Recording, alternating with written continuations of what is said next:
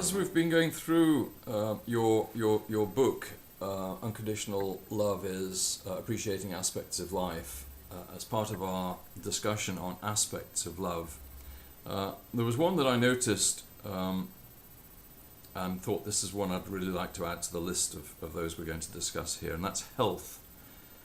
Because we hear a lot about how positive thinking and good thoughts, loving thoughts, that sort of thing contribute to health. And I wondered if you would be talking along those lines if we discussed health, or if not, what sort of things would you be talking about?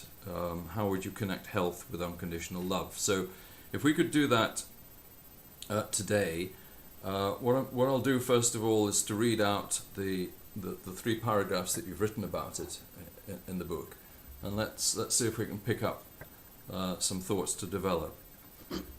True health is found in positive thoughts and emotions. Knowing that our body always seeks balance reminds us that health is our natural expression. Focusing our attention on loving thoughts and feelings ensures our radiant perfection and vitality. When we experience disease with life, we are really allowing our inner reality to waver with negativity and limitation. The mere shifting of our perspectives makes the difference in how our body responds. When we remain in harmony and keep our attention upon higher and more positive thoughts and feelings, we maintain our mental, emotional, and physical balance. Unconditional love is health. Health is a state of being that comes from loving unconditionally. So you were talking about that sort of thing that I mentioned at the outset, but your last sentence is a really strong assertion that health is a state of being that comes from loving unconditionally. And perhaps the word I might pick out from that is unconditionally. I can understand how health might come from a state of, loving one's spouse or, people, but you're saying loving unconditionally. Would you like to expand on what you've been writing here? Sure.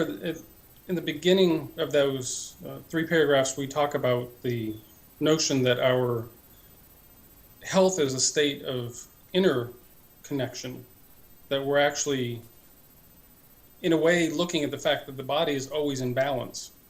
A small cut, a small bruise, we don't do anything and the body will restore itself naturally.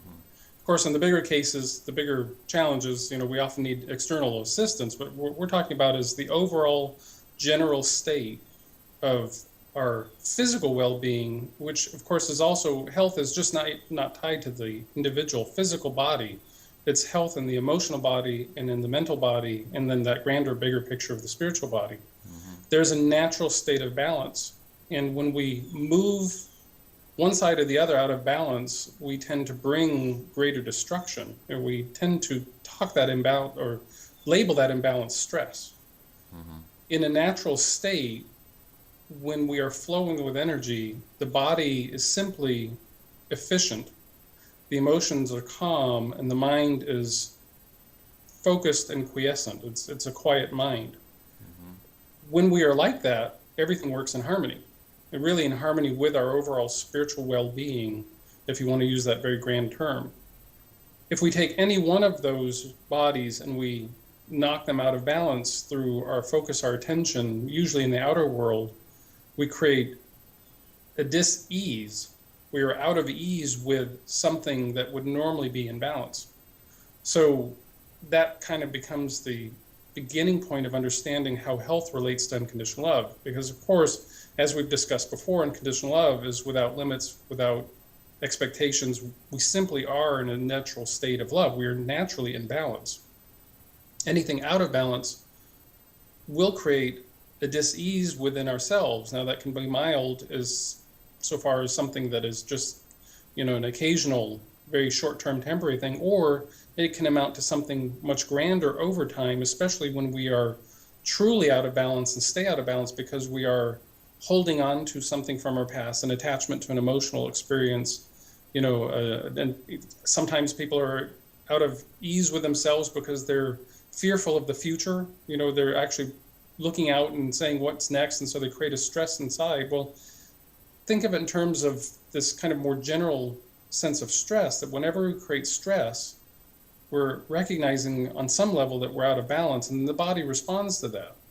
And the quickest way I often say it is, the very simple example is, if we are somewhere and say we seem to misplace our wallet or our handbag or something that we would normally have with us, that first impulse, realizing that we don't have money upon us, or we don't have our wallet with us, or we've misplaced something that we had with us, there's kind of a reaction. There's an adrenaline rush. Well, that adrenaline rush is literally a physiological chemical reaction, because we have felt at that moment a sense of doubt, a sense of fear, a sense of reaction of some type.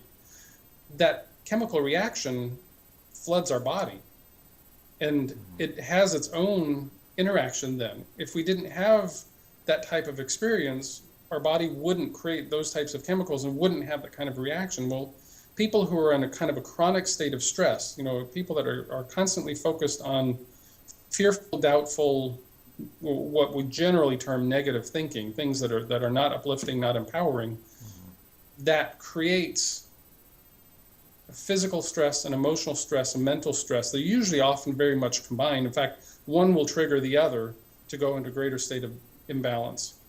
But it's that constant redoing of this stress that eventually degrades our body.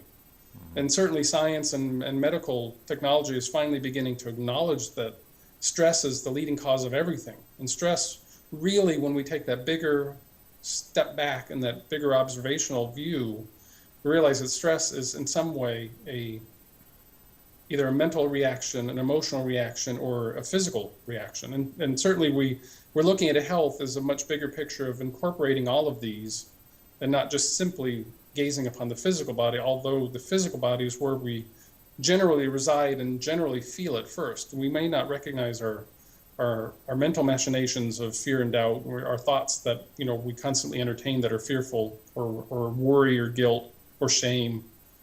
We may not recognize when we have feelings of lack of self-worth. We may be so in them and so used to them, we don't necessarily recognize them. But typically speaking, when something goes out of balance in the physical body, that's where we notice it the quickest, because we usually have some kind of a sense of discomfort, either mild or extreme. So by the time it hits that physical, then that's usually a sign that we've been entertaining, oftentimes mental and emotional thoughts that were out of ease with our overall countenance. This being another aspect of love that you wouldn't necessarily think of in relationship. People don't think of unconditional love and health specifically as being synonymous, and yet both create the other again. Unconditional love is always there, and so when we love unconditionally, health is the natural experience that we have. When we're out of balance in our health, loving unconditionally is the thing that can help restore and bring back that balance. And in a way, it's our opportunity, just like the body can heal itself of a bruise or a cut, we can heal our mental and emotional selves through unconditional love, and also, of course, our physical selves. They're all interconnected. I guess the essence is that health is this whole collective that we are.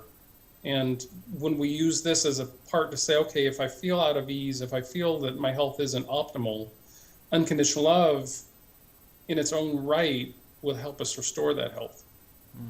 So you're saying that health is a matter of balance, state of balance, and also you've said in this and previous discussion that unconditional love is a state of balance. So obviously the two are synonymous, aren't they?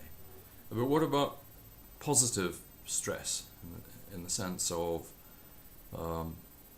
positive experiences that produce what you would call very positive feelings? I mean, is that a state of out of balance as well? Or? In unconditional love, if we look again as more of a generic overall expression, it's a natural flow.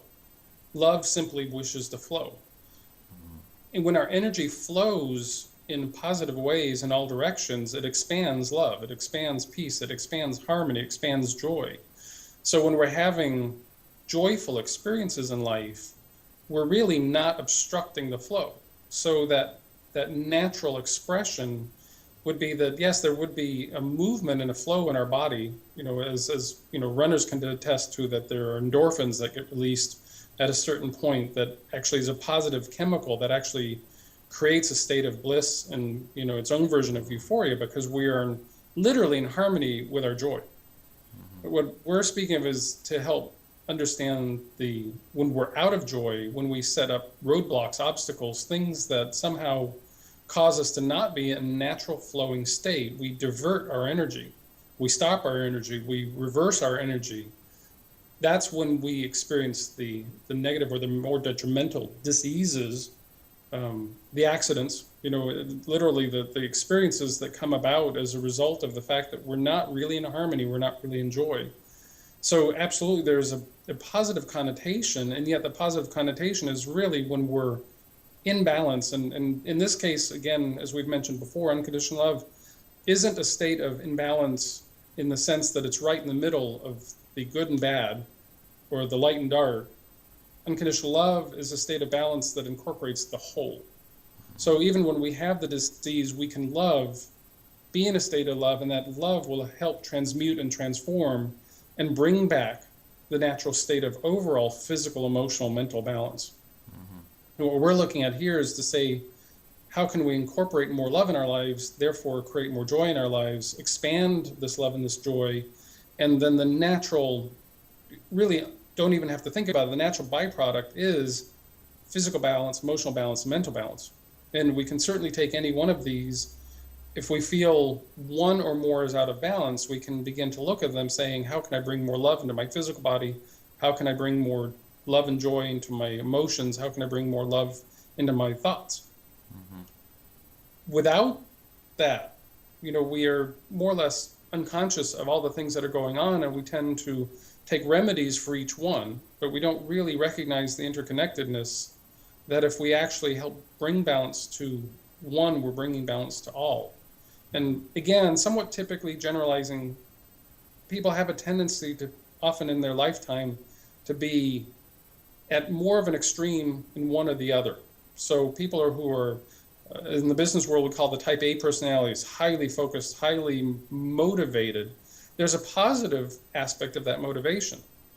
The challenge is when it becomes so mental, it becomes its own burden of an out of balance. And eventually that high mental focus will cause people to not pay attention to their physical bodies and their emotional needs. And then they will drive themselves into a deep sense of stress where they're constantly going, in a way feeling that or thinking that they're actually thriving on this great activity, when in fact they're not recognizing that there are other aspects of themselves that need attending to keep that balance. There are those that are extraordinarily emotional over everything, emotional fear-based, emotional grieving, emotional challenges that they are constantly faced with or think they're faced with. They're just very emotional energies, and they don't recognize that their thoughts can help them think more positively about life, and that in doing so, that will bring greater physical balance.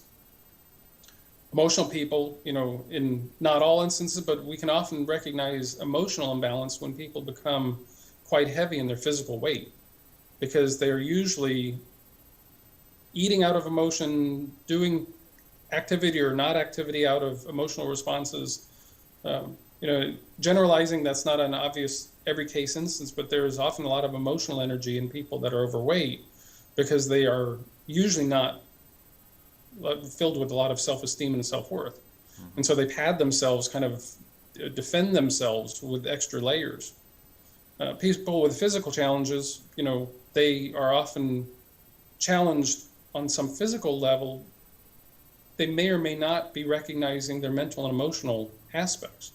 They might not think that they're, wise enough or have any, knowledge of anything, or they may not necessarily recognize their emotional qualities. So they have some version of physical imbalances that are constantly kind of suggesting that they look at the bigger picture.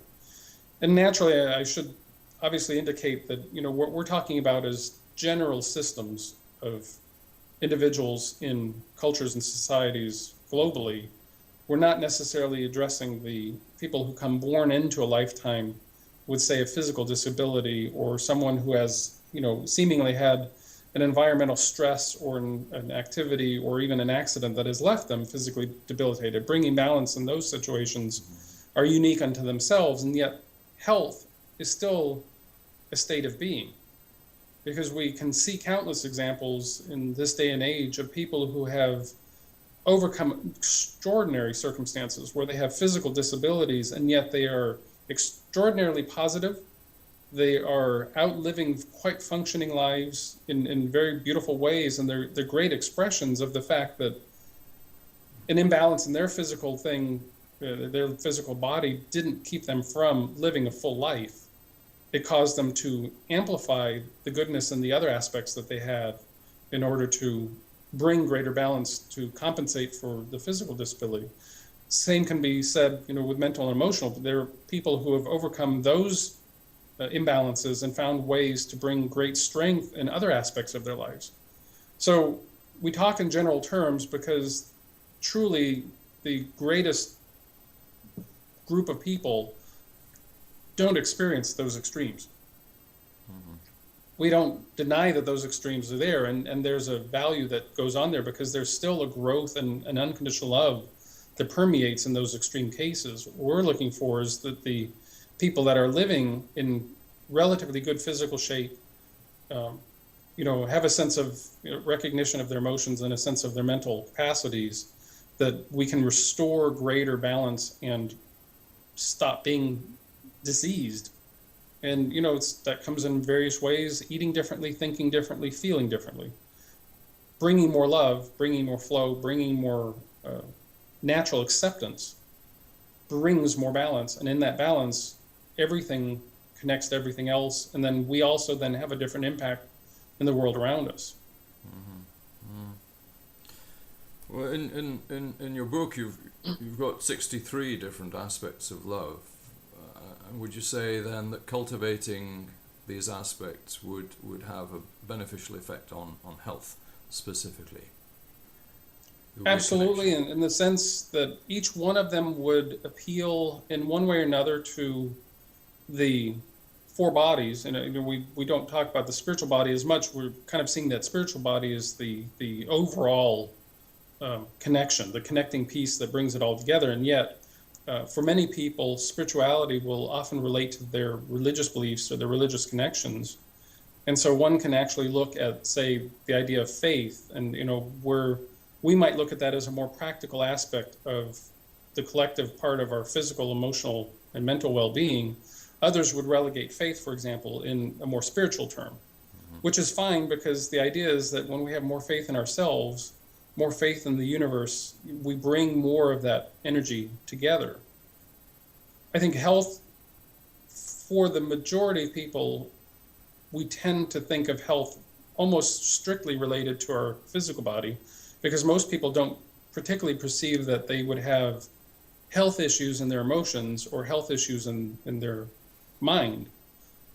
So we tend to think of the more physical thing, and typically speaking, most people relate even the mental and emotional things as part of their physical being, because it is felt in that 3D world. So the 63 aspects, those kind of beginning points that we can look at, have a tendency to be broader in understanding. Health kind of roots it back down, grounds us back into our physicalness. And yet I don't limit it to just the physical body, because if we bring health in the other emotional and mental bodies, greater balance, then we are bringing greater love into all of the aspects. But certainly health would be the one that I think brings us more directly to our physicalness as a beginning point. And of course, in that sense, we can break it down to even taking better care of our physical bodies, exercising it right, giving it downtime, rest time. That's very, very loving in its own right. It's very practical to take good care of our bodies, because in fact, when we have better functioning, more balanced bodies, we tend to be more mentally and emotionally alert and alive and balanced. So, this health piece, I think we have so commonly considered it just a physicalness that we need to also incorporate that our mental and emotional and our spiritual well-being are all part of the health. It is really a collective package. Well, I know that none of us can claim to be able to heal disease and that sort of thing without having an appropriate medical qualification. But it does, I think from what you're saying, it does seem to be the case that developing all the attributes of unconditional love would have an overall beneficial effect on health, doesn't it? Well, I mentioned in a previous discussion an example that I had firsthand with my mother, where she had come out at the end of one of my workshops and announced to the group that she had been raped in her teenage years. And of course, none of us had known that. None of the family members had known that. She'd held it in. And she was at that particular time already several years into having cancer that was not going into remission. They were treating it, but it wasn't going into remission. Well, that revelation at that particular moment was really an act of self-love. She put herself out in a very vulnerable and intimate way to the group and announced something that had literally been a secret and colored and ruled her life for many decades. It had created tremendous anger, tremendous resentment. In the process of revealing it, then it was able to be discussed, and then at subsequent time, able to participate in a role play and actually worked with my mother to have the opportunity to role play and more or less say everything she needed to say to the rapist in this activity, to the point where she came to a state of forgiveness and genuine. And it was actually very quick. I mean, considering the decades of anger and frustration and resentment that had gone into it, she was actually, within 15 minutes, she was at a state of peace. Well, something that had not been in remission, I sent her a congratulations card right after that. She no longer had cancer. And certainly within 6 months, she no longer had cancer. There was such a definitive connection to the mind-body, and in this case, the mind, emotions, and body, that something that she had been mentally obsessing about and emotionally feeling very badly about, very traumatized and challenged with, of course, showed up in her physical body. And I can also say that in the same time period where I was developing a better understanding of unconditional love, I had participated in support groups for people that had cancer, but patients and family members. And over the course of a couple of years of attending all of these meetings, I noticed that there was an absolute trend that the ones that were there in the support group that genuinely wanted to live, that genuinely wanted to, in a way, overcome what had become cancer, they lived. And the ones that had really kind of given their power over to the doctor's determination that there was only so many months, and that was it, they passed. And there was such an extraordinary recognition that there was a healing capacity, a natural healing capacity within us, that when we did actually acknowledge our emotional, mental, and physical anguish, our pains and our sufferings, and chose to forgive and transmute that energy, that a better quality of health resulted. Certainly, in my mother's case, she's still alive some 20 years plus later, when in fact she was not supposed to live and survive past the time period that she was originally in that cancer. So, and many of the others that have had a strong desire to live in greater peace and harmony and balance are still alive today. And if not those that did pass, they had extraordinarily longer lives than the doctors had originally said, because they were willing to look at themselves. They were willing to do, in a way, a sense of self-healing. They used traditional methods, absolutely, but there was a very strong countenance in their psyche that said, I want a better quality of life. And that strength, that courage, that willingness actually helped the body either create a sense of balance or overcome whatever it had created in its imbalance. So I have a very strong connection to the mind-body, as a result of those experiences, and I've become much more at ease with myself as a result of that, because I realized that if I was going to be, not at ease with various things that were happening in my life, that I was also setting myself up for greater dis-ease that could very easily appear in my physical body. So I've learned to let the love flow and not obstruct it as much as possible. And when I do obstruct it in some unknowing ways, to actually breathe into it, forgive it, and release it so that I can let the love flow again, as a way to create a better sense of optimal health. Taking care of my body, taking care of my emotions, taking care of my mind, giving myself the rest that I need, giving myself the activity that I need. All of those things play into a better quality of life. And that's really what we're looking at, is to expand the quality of our experience on this planet more consciously. So that's where we're looking for unconditional love for oneself. Because again, it all comes back to the self. And my mother's classic case, certainly she did things as an act through this role play to forgive and release the other gentleman, but she was really saying, I'm choosing to no longer hold on to this ill ease that I had, this anger, this frustration, this myriad of things that we've mentioned in previous discussions. She was willing to let go of her dis-ease with life. She was wanting to be with ease in life. And that choice, of course, was very self-directed, because she realized that holding on to this stuff wasn't helping anybody. In fact, it was making things much more difficult, not only to herself, but all those around her. And her choice to forgive and release that was an act of self-love. And at that same choice, she not only released the experience that had happened decades before and released the individual that was associated to it, she also released family members from the burden of not understanding why she was the way she was. We all had a much better understanding, and she healed, so many aspects of her experience within herself, but simultaneously healed so many of the aspects with those that were close to her. And of course, I'm sure, just as she walks out in everyday, activity in the community, there's a healing sense about her, because she overcame something that others have not been able to overcome. So she's a living example of the fact that healing does and can occur inside. Yeah, that's great. Fantastic example, actually.